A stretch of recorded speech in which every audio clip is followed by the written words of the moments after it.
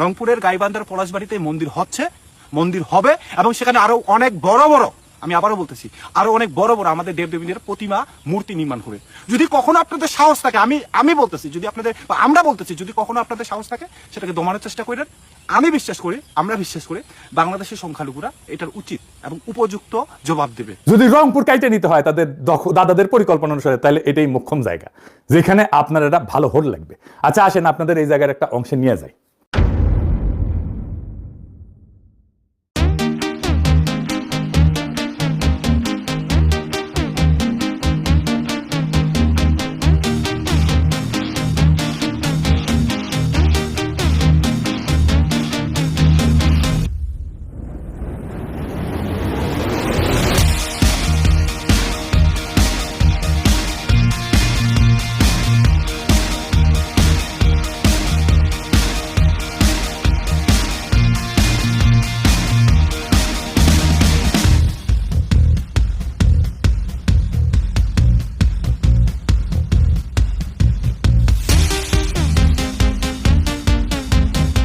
দেখেছেন, এটা হইতেছে পলাশবাড়ির রাধা গোবিন্দ মন্দির। শুধু মন্দির না, এটা আছে সুইমিং পুল, বাচ্চাদের খেলার জায়গা, বলা যেতে পারে এটা একটা থিম পার্ক। এটা বাংলাদেশের সবচেয়ে বড় হিন্দুদের কালচারাল রিলিজিয়াস সেন্টার। কোনোদিন শুনেছেন? শুনেন নাই? দেখেন রাতে তার অপরূপ দৃশ্য।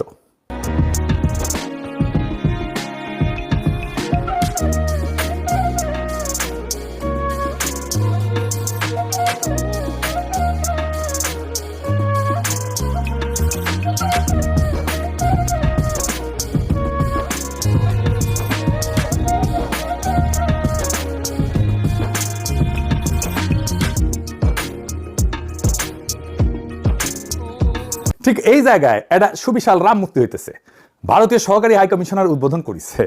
এই যে দেখেন, একই জায়গায় আর একটা সুবিশাল কৃষ্ণ মূর্তি হয়েছে, সেটা উদ্বোধন করেছে ভারতীয় সহকারী হাই কমিশনার। এই পলাশবাড়িতে গীতা মহোৎসব হয়েছে এই জায়গায়, এই মন্দিরে। ওইখানেও আসছে ইন্ডিয়ান সহকারী হাই কমিশনার। বাংলাদেশের হিন্দু সম্প্রদায় তাদের ধর্মাচার করবে উৎসাহ উদ্দীপনার সাথে, এটা তো খুবই আনন্দের কথা। কিন্তু ইন্ডিয়ান হাই কমিশনার কাম কি, কি আমরা পরে দেখব। আমি ভাবলাম পলাশবাড়িতে মনে হয় হিন্দু সম্প্রদায়ের লোকজন বেশি, বা প্রচুর বড় লোক আছে হিন্দুরা।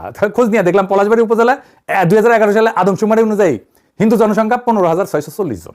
সে সময় উপজেলার মোট জনসংখ্যা ছিল 2,44,792 জন, মুসলিম 2,29,030 জন, হিন্দু 15,640 জন। অর্থাৎ হিন্দু জনসংখ্যা ছিল মোট জনসংখ্যার 6.4%, আর মুসলিম 92.48%। মানে সবচেয়ে কম হিন্দু অধ্যুষিত এলাকা বাংলাদেশের মধ্যে এটা। স্ট্র্যাটেজিক লোকেশনটা দেখেন, আমাদের দেশের জন্য ভৌগোলিকভাবে নাজুক একটা জায়গা। এত বড় স্থাপনা মূর্তি করা অর্থায়ন কোথেকে এসেছে? আমাদের গোয়েন্দারা কি সংবেদনশীল নাজুক ভৌগোলিক জায়গায় একের পর এক সুবিশাল মূর্তি বসানোর বিষয়টা কি ক্রিটিক্যালি অ্যানালাইজ করছে? করেননি। এটা কে প্রতিষ্ঠা করছে জানেন? আসেন সেটা দেখি। হরিদাস চন্দ্র তরণী দাস, আরো নাম আছে, সেটা পরে দেখবো। সে আবার বেশ প্রগতিশীল, অসাম্প্রদায়িক, দুস্থ রোজাদের সাহায্য করে। দেখেন, সে এই অঞ্চলে সব হিন্দু ধর্মীয় স্থাপনার দখল নিছে। দেখেন শ্মশানের দখল নিছে, সেটা আবার প্রতিবেদন করতেছে টুপি মাথায় দিয়ে এক মুমিন মুসলমান। দেখেন, এই কেন্দ্রীয় শ্মশান ঘাটের নিয়ন্ত্রণ ভার তুলে দেওয়া হয় হরিদাস চন্দ্র বাবুর হাতে। আজ থেকে 15-16 দিন আগে এই কেন্দ্রীয় শ্মশান ঘাটের নিয়ন্ত্রণ হরিদাস বাবু গ্রহণ করেন।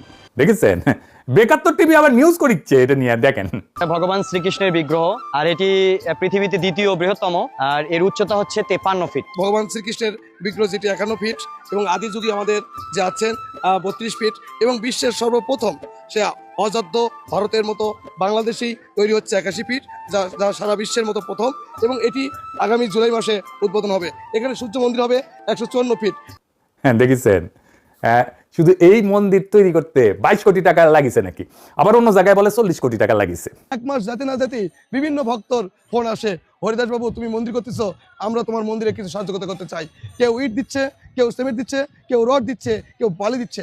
এইভাবে হাঁটি হাঁটি পা করে আজকে এই পর্যন্ত ভক্তদের অনুদানে প্রায় 40 কোটি টাকা খরচ হয়ে গেছে।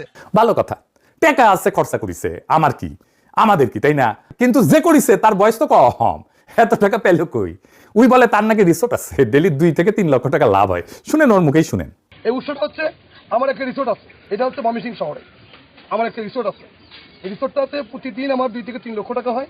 সাইবুর রহমানের ছেলে আছে না এখন এমপি, ওনার একটা রিসোর্ট আছে, দুসাই রিসোর্ট নাম, বাংলাদেশের হাই এন্ড রিসোর্ট, মানে সবচেয়ে ভালো রিসোর্ট গুলোর একটা।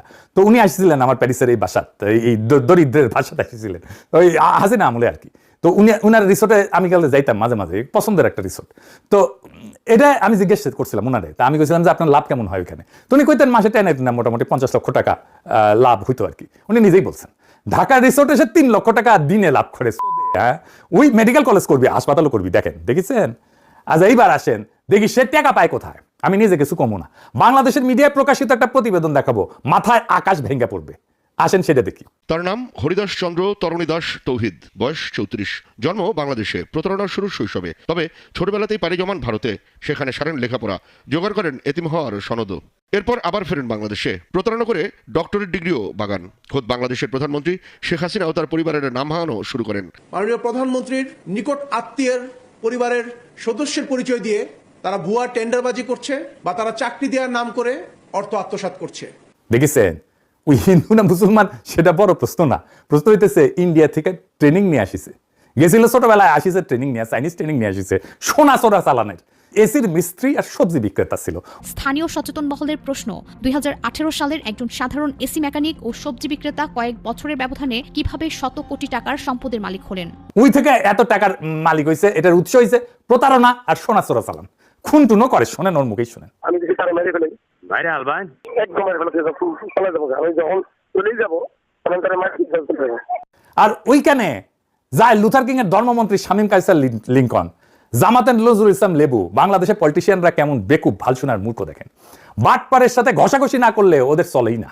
হাসিনা যারা বাটপার হিসেবে জেলে ঢুকেছিল তার সাথে সে ঘষাঘষি করে বিএনপি আর জামাতের লোকেরা। তাইলে আমরা কি করলাম জুলাইয়ে?